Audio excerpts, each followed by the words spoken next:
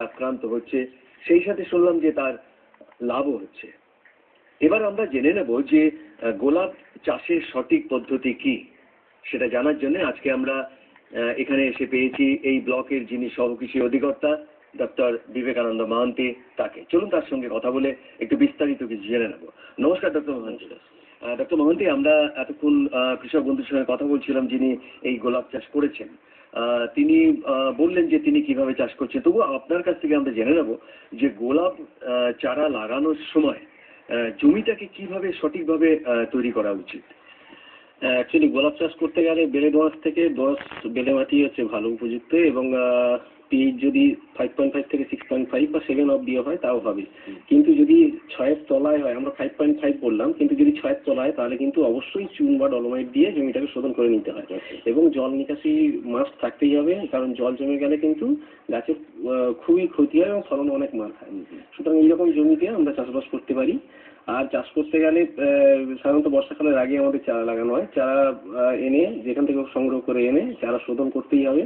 যে কোনো copper fungicide বা বাজারে অনেক শোধনের ওষুধ পাওয়া যাচ্ছে, সেগুলো দিয়ে এখন শোধন করে চারা লাগানো উচিত। চারা লাগাতে গেলে বেড তৈরি করতে হয়, মোটামুটি 7 সেন্টিমিটার চওড়া বেড তৈরি করা হয় এবং মাঠ অনুযায়ী লম্বা বেড হয়, এবং 30 গাছ টু গাছ 30 সেন্টিমিটার রাখা হয়। তো এই গর্ত তৈরি করা, গর্ত প্রথমে চারা লাগানোর গর্ত করতে হয়। গর্ত করে তাতে জৈব সার যথেষ্ট পরিমাণ দিতে হয়, প্রায় 1-1.5 কেজি মতো জৈব সার দিতে হয়। মানে জৈব সার গোবর পচা সার হতে পারে, ভার্মি কম্পোস্ট হতে পারে, সর্ষের খোল হতে পারে, হাড় গুঁড়ো হতে পারে, এবং কিছু রাসায়নিক সার যেরকম হচ্ছে 10 গ্রাম মতো ইউরিয়া, 20 থেকে 25 গ্রাম সিঙ্গেল সুপার ফসফেট এবং 10 গ্রাম পটাশ এবং কিছু অনুখাদ্য আমরা ওখানে দিয়ে জমিটা বর্তাটাকে রেডি করে নিই, এবং তার 3-4 দিন বাদে আমরা চারা লাগাই। আচ্ছা, এই যে লাগানো হলো, তারপরে গাছ বড় হচ্ছে, এই সময়ের মধ্যে বিশেষ পরিচর্যার কোনো দরকার আছে? হ্যাঁ, বিশেষ পরিচর্যার মধ্যে বলতে গেলে বিশেষ করে ঘাস তো হয়, এখানে ঘাসের নিড়ানি দেওয়াই সব থেকে ভালো। যদি খুব বেশি ঘাস হয় তখন ঘাস মারা ওষুধ, মানে রাসায়নিক ওষুধ ব্যবহার করা যেতে পারে। কিন্তু বারবার বলছি যে জৈব সার যদি যে মাঠে বেশি দেওয়া হয় একমাত্র সেই মাঠে রাসায়নিক সার এবং রাসায়নিক ঘাস মারা ওষুধ দেওয়া উচিত। তাছাড়া নিড়ানি দেওয়াই সব থেকে ভালো। এছাড়া আর কিছু মধ্যে যেরকম হচ্ছে আশ্বিন কার্তিক মাসে উইন্টারিং বলে, গাছটাকে কেটে দেওয়া হয়, মোটামুটি 2 ফুট 2.5 ফুট রেখে গাছটাকে ডালগুলো ছেটে দেওয়া হয়। এবং সেখানে ছেটে দেওয়ার পর যেটা চাষি ভাইরা করেন না, সেটা হচ্ছে কোনো একটা ফাঙ্গিসাইড স্প্রে করে দেওয়া উচিত, কারণ কাটা ডালগুলো থেকে ইনফেকশন হয়ে যেতে পারে, পরবর্তীকালে ডাইব্যাক রোগ চলে আসতে পারে।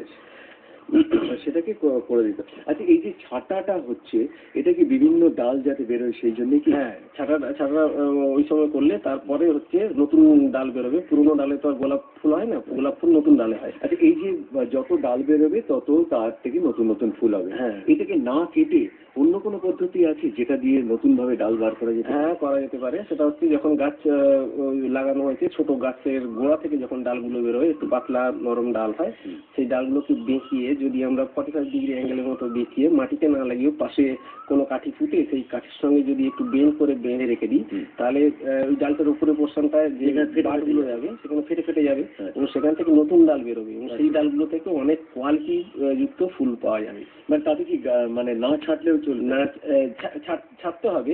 উপরের ডালগুলো ছাটলে হবে, কিন্তু নিচের ডালগুলো যেগুলো ফুলের জন্য হয় না ফুল, সেইগুলো থেকেও আমরা ভালো কোয়ালিটির ফুল পেয়ে যাবো, নতুন ভাবে পাবো।